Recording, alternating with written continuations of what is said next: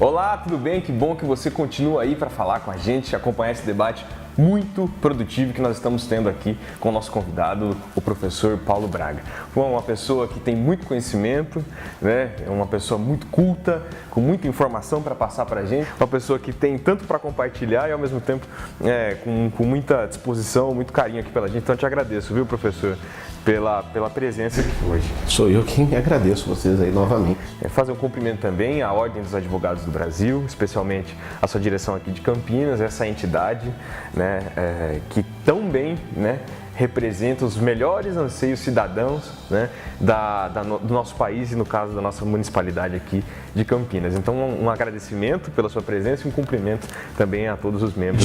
E de antemão, em nome da diretoria da OAB Campinas, eu agradeço, né, em nome de todos nós. É isso. E a gente estava falando no primeiro bloco sobre política.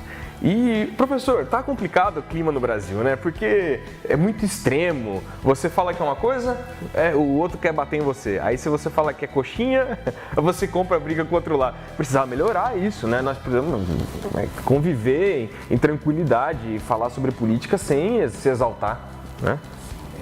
Além do permitido, pelo menos. É o que nós conversamos, né? Acho que na primeira parte do programa nós precisamos, essa consciência, né? Nós precisamos encontrar o meio termo. Uhum. Nós precisamos discutir a política de uma forma racional, com serenidade e com respeito. Uhum. Né? Eu tenho que respeitar, nós temos que aprender a respeitar o outro. Né? Você tem uma filiação partidária, uma proximidade com determinado segmento, e eu posso ter com outro. Nós temos que conviver. A democracia é isso, né? É essa possibilidade.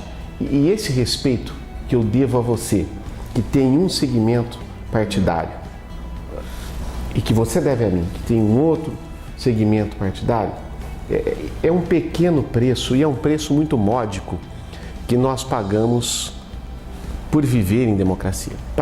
É um preço barato, é um preço muito barato para a democracia.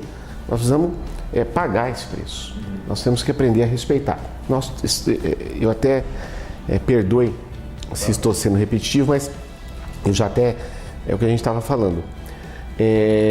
Nós temos que discutir a política para podermos discutir a política. Né? Nós passamos um momento extremamente delicado, de fragilidade, de ânimos acirrados para ambos os lados. Só um parênteses. Nós passamos por um processo de impeachment da presidente e respeitando a opinião política de quem quer que esteja nos assistindo. É evidente que todos têm as suas convicções políticas. Eu queria, eu não queria, enfim. Máximo respeito em relação a isso. Mas foi um período onde até o próprio direito constitucional se viu numa tensão muito relevante, né? Até singular se você for analisar a história recente do Brasil. Então, como que o professor, como que o doutor vê esse período? E como as pessoas também foram para as ruas se hostilizando, as redes sociais viraram um palco de ódio. Para que isso? O discurso de ódio é perigoso. Uhum. O discurso de ódio nas redes sociais, de fato, tomou conta do Brasil nos últimos anos. Eu ouso a dizer, no meu modo de pensar novamente, né, que as eleições de 2014 não acabaram. Não acabaram. Né? Nós não vamos ter uma eleição em 2018. Nós vamos ter agora talvez o terceiro, quarto ou quinto turno. Né? Mas isso não é bom. Não é bom para a sociedade brasileira. Não faz bem para a democracia. Nós precisamos encontrar novamente um ponto de equilíbrio, uma unificação do país. Isso é indispensável. Nós temos que unificar o Brasil, fazer um grande pacto de unificação para voltar a crescer, para voltar a tratar das políticas públicas das quais somos tão carentes. Eu tenho dito o seguinte: o direito constitucional no Brasil nunca esteve tão ao mesmo tempo, abre aspas, fragilizado, mas ao mesmo tempo tão efervescente. Né? O direito constitucional na prática. Nós temos aqui vistos a cada dia, é a Constituição ser convocada para solucionar todas essas nossas necessidades que parece que não acabam nunca, né? Mas isso é bom, por um lado, demonstra a força da Constituição, o poder normativo da Constituição e a estabilidade constitucional. E isso é o lado bom de tudo isso, que é a força da Constituição. Mas, de outro lado, volta a questão da judicialização. Política se resolve na política, né? Direito constitucional se resolve nos tribunais. Às vezes parece que são coisas indissociáveis, mas há um limite, há um espaço que é da política. E é esse espaço que nós precisamos retomar. Eu tenho para mim que a Constituição tem cumprido o seu papel. A par de uma ou outra divergência, o processo de impeachment da ex-presidente Dilma Rousseff foi um processo singular, você bem colocou e colocou corretamente. Singular é um processo que teve lá suas peculiaridades, né? Uns a favor, outros contra, mas a Constituição sobreviveu a isso, cumpriu o seu papel, né? Esse é o ponto positivo que a gente tira disso, que nós estamos amadurecendo. E depois de tudo isso, não poderia deixar de dizer também, todas essas operações de combate à corrupção. Como o senhor vê essa Operação Lava Jato? Eu aplaudo a Operação Lava Jato. Aplaudo. É lógico que a Operação Lava Jato, como de resto, qualquer outra operação da polícia, do Poder Judiciário, do Ministério Público, né? O Poder Judiciário menos, porque habita num âmbito de imparcialidade. Mas as operações da polícia, do Ministério Público, eu vejo isso de uma forma muito positiva. É claro e evidente que tem as suas mazelas, os seus erros. E nós precisamos consertar. A Lava Jato não é um mar de rosas, né? Ela tem uma série de erros, uma série de ilegalidades e arbitrariedades. Uma série de arbitrariedades.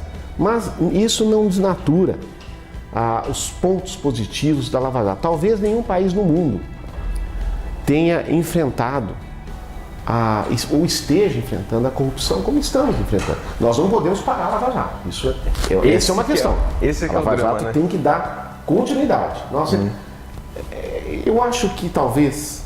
É que falta desculpa interrompê-lo, mas fazendo um parênteses de novo, é que assim, quando a coisa vira torcida de futebol, nada funciona. Uns dizem assim, eu torço pro Lula ser preso. Aí eles dizem, um amigo, um conhecido no Facebook, eu torço pro Lula ser preso. Aí o outro, eu torço para que ele seja absolvido. Só que justiça não é questão de torcida. Justiça. Você pode dizer que ele tem que ser submetido a um julgamento justo, né?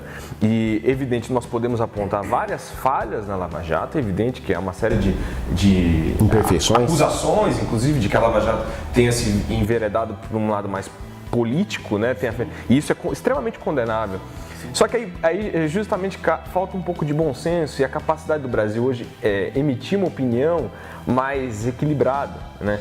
De fato, nós não podemos ser contra uma operação que visa coibir a corrupção, por mais imparcial, problemática que ela seja. Então vamos corrigir, né? Porque querendo ou não, eu particularmente acho que tem uma série eu não sou especialista no direito, eu sou mais um técnico de futebol não profissional por aí dando opinião, mas particularmente acho que tem uma série de contaminantes ali. Mas, de todo modo, nós não podemos adotar o discurso de que tem que acabar com a Lava Jato, porque ela trouxe benefícios. Os políticos, a gente conversa, ouve por aí, se sentem inibidos a praticar coisas que anteriormente eram naturalizadas. Sim. O direito penal nunca alcançou as pessoas que tivessem um pouquinho mais de poder aquisitivo. O direito penal no país sempre ficou destinado às pessoas de um poder aquisitivo baixo, que muitas vezes não tinham condição de pagar sequer um advogado e ficavam à mercê das defensorias, né, da defesa técnica providenciada pelo Estado. E hoje você vê o direito penal alcançando classes da sociedade brasileira, assim chamadas elite, né, grandes banqueiros, empresários e grandes políticos. Então, a Lava Jato, no meu modo de pensar, deve ser aplaudida E se você me perguntar, e a atuação do Ministério Público? Também de pé. Né? Também de pé.